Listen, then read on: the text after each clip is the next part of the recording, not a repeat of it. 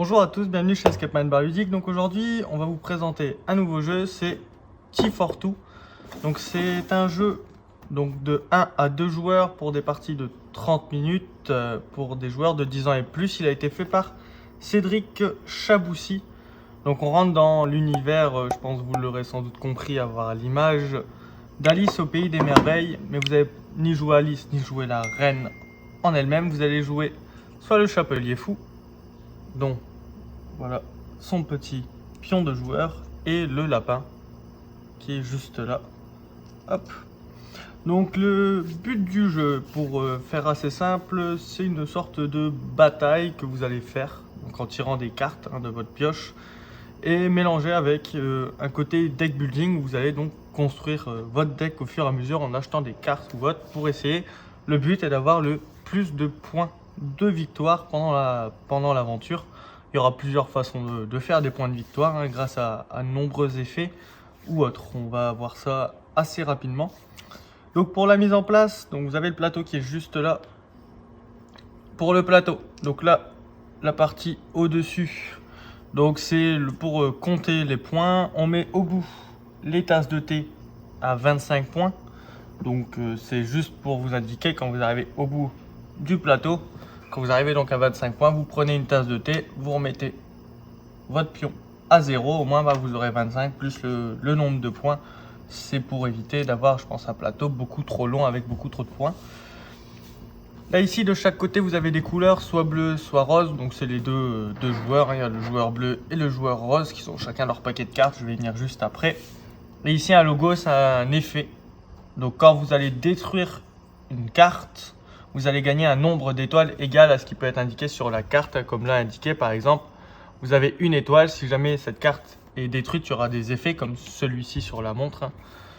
Si celle-ci est détruite, donc on la met de ce côté-là et on récupère l'étoile. Ça nous fait monter d'un point, ainsi de suite. C'est l'une des façons pour gagner des points.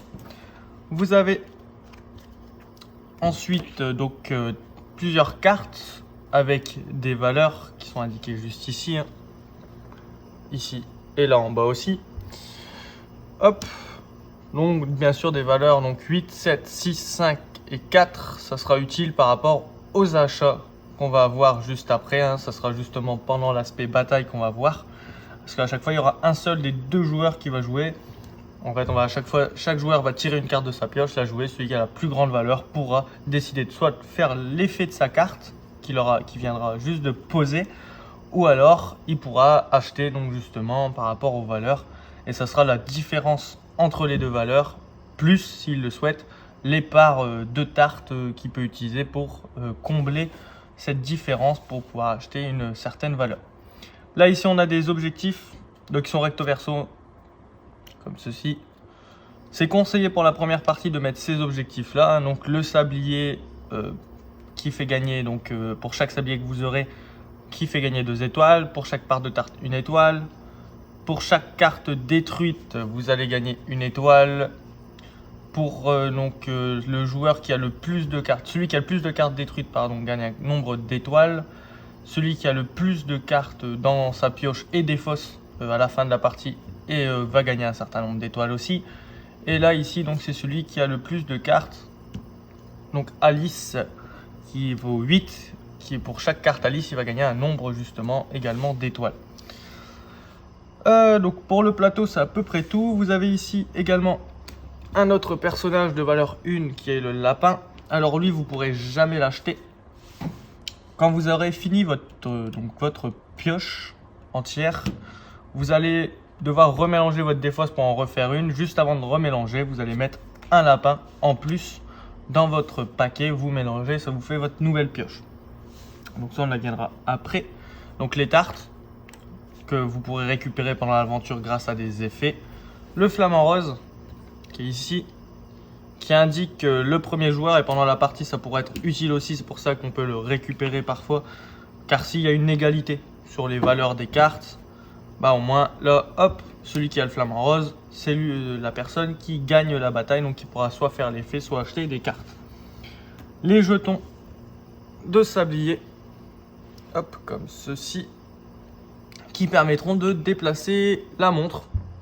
Ici pour l'instant elle est mise au hasard, on la met sur une valeur au hasard Et à chaque fois que vous décidez d'utiliser un ou plusieurs sabliers, vous pouvez en utiliser autant que vous voulez. Pour chaque sablier, vous augmentez de 1.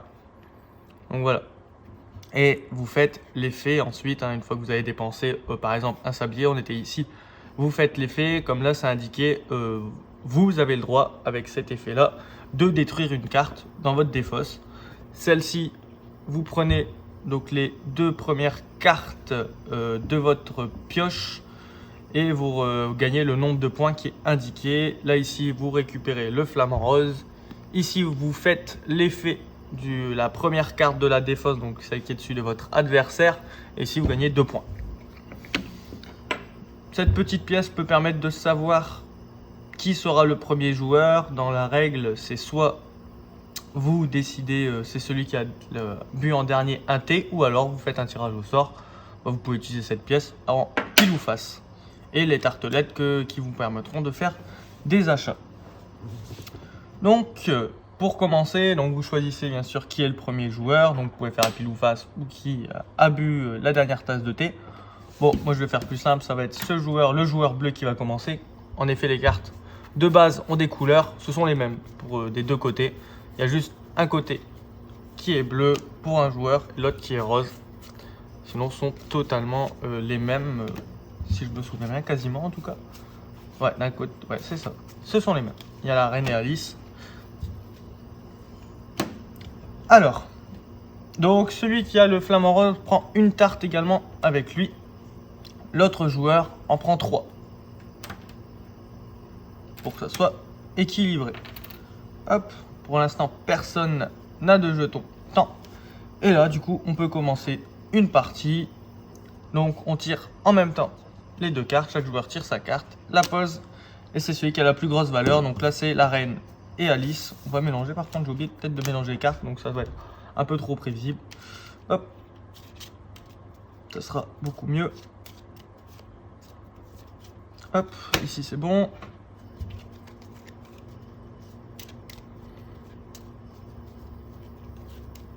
Vous voyez, au départ, la main est assez petite, mais ça va grossir au fur et à mesure selon votre stratégie, comment vous construisez vos cartes, si vous en achetez ou vous préférez faire les effets. Donc là, on tire 5 et 9. Ok. Donc c'est le joueur rose qui gagne, car il a beaucoup plus de points. Donc c'est soit il décide de faire un effet, donc il va devoir détruire une carte de sa défausse, ou alors il décide donc d'acheter ici. Là il a 5, mais là il peut pas faire son effet, hein. Là sinon il aurait gagné 3 parts de pizza. Si il détruit cette carte plus tard pendant l'aventure, il pourrait gagner 1 point de victoire, et voilà, cette carte vaut 5. Donc là par exemple, le joueur rose va décider d'acheter ici quelque part. Il y a une différence 5, 9, donc de 4. Donc il peut acheter une valeur 4 sans mettre de part de tarte en plus, donc il pourra acheter celle-là d'office. Donc il y a celle-ci, la 5, la 6. On va décider plutôt de prendre la 6, cette carte de valeur 6. Donc on va dépenser 2 parts de pizza qu'on va mettre dans la réserve et récupérer, hop, cette carte qu'on met dans la défausse.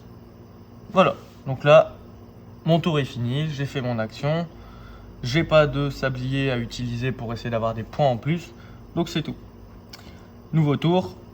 On retire chacun une carte. Donc, vous voyez, c'est très rapide. 8, 2. C'est encore le rose qui gagne, hein. Pour l'instant, il s'en sort très très bien. Donc c'est soit il gagne un sablier, soit il peut acheter là pour 6.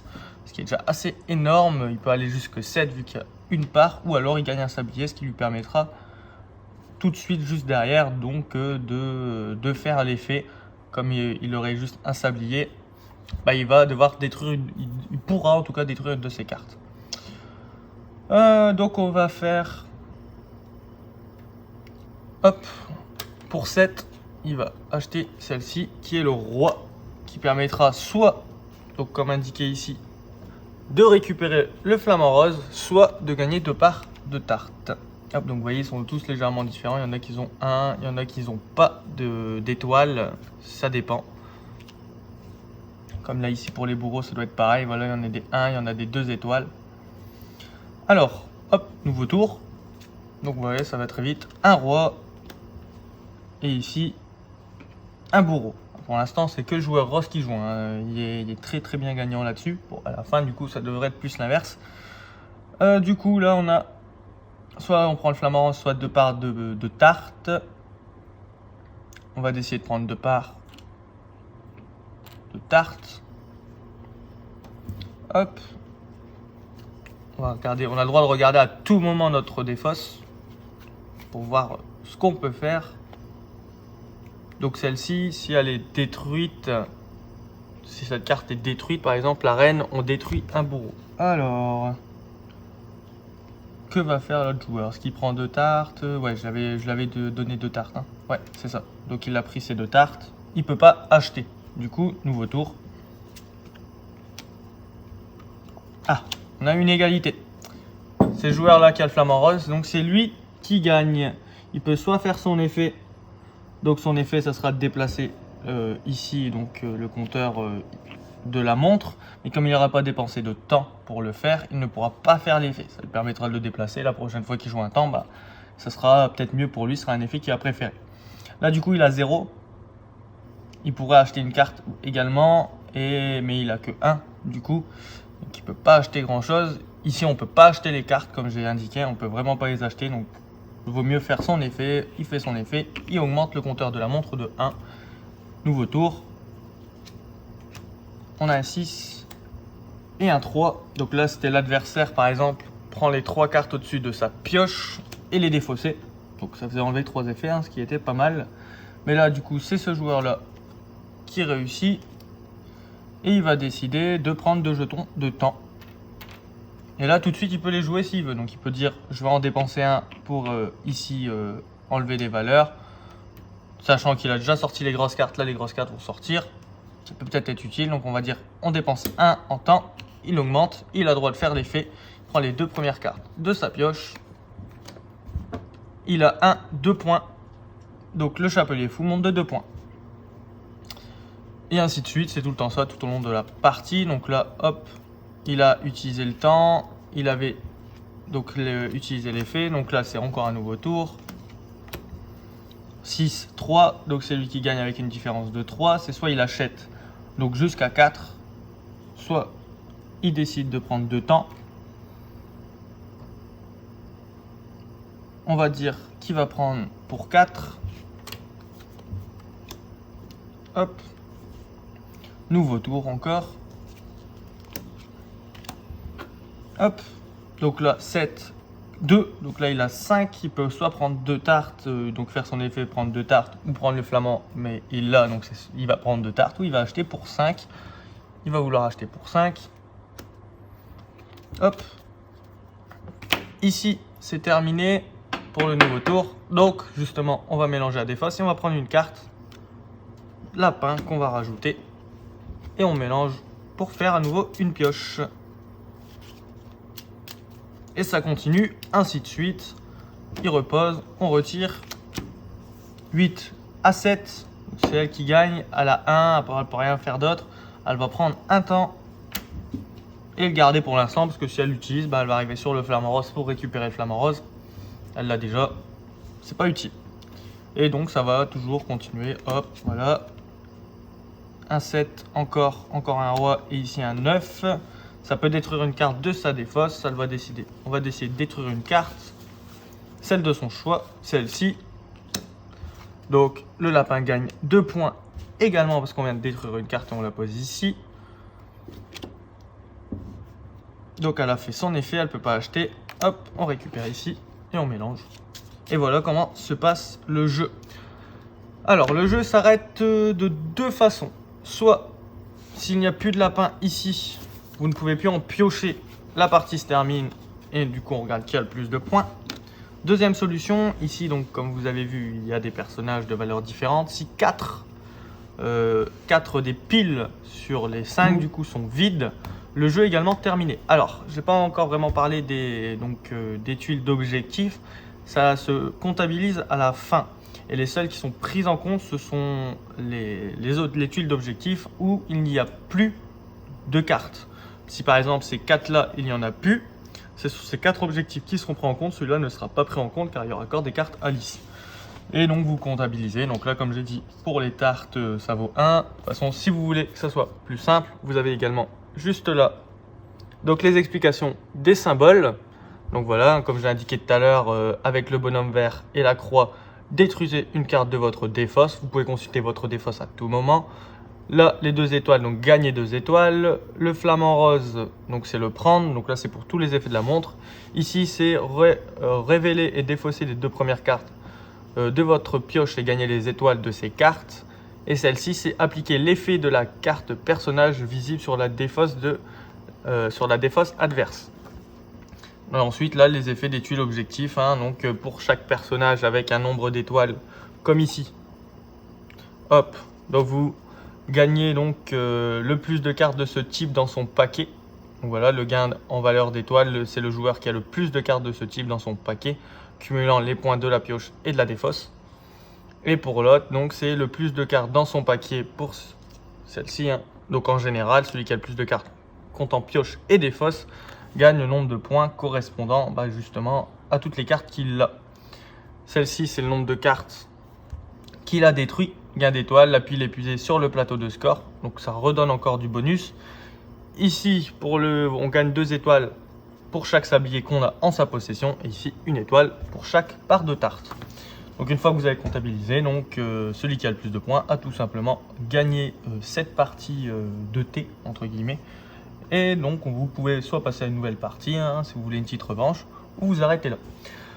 Donc en tout cas, j'espère que ce jeu vous a plu, ces explications également vous ont plu, elles ont été claires. N'hésitez pas à laisser un petit pouce bleu pour saluer notre travail si la vidéo vous a plu ou autre. N'hésitez pas en commentaire à dire justement ça vous a plu. Si vous voulez d'autres jeux qu'on pourrait présenter, qu'on a en stock, on en a de très nombreux, donc si vous demandez, on l'aura sans doute, on peut l'expliquer. N'hésitez pas, s'il y a des choses qui vous ont déplu également, n'hésitez pas à le dire. On est là pour s'améliorer aussi, n'hésitez pas. N'hésitez pas à vous abonner et à mettre également la petite cloche pour voir toutes nos autres vidéos, avoir une notification quand une nouvelle vidéo sort. On fait 3 vidéos par semaine, donc sur les jeux de société, que ce soit des petits, des gros, où on explique les règles. Parfois on fait aussi des party games où on montre comment se passe un jeu en lui-même, quand souvent les jeux peuvent être un peu plus complexes ou autres, ou au moins vous voyez des moments qui peuvent être très très drôles pendant les parties. Et également donc sur les jeux de cartes, tout ce qui est jeux de cartes de duel, les Pokémon, les Yu-Gi-Oh ou autres. Donc n'hésitez pas à regarder tout ça si ça vous intéresse. Moi en tout cas je vous dis à bientôt chez Escape Mind Bar Ludique.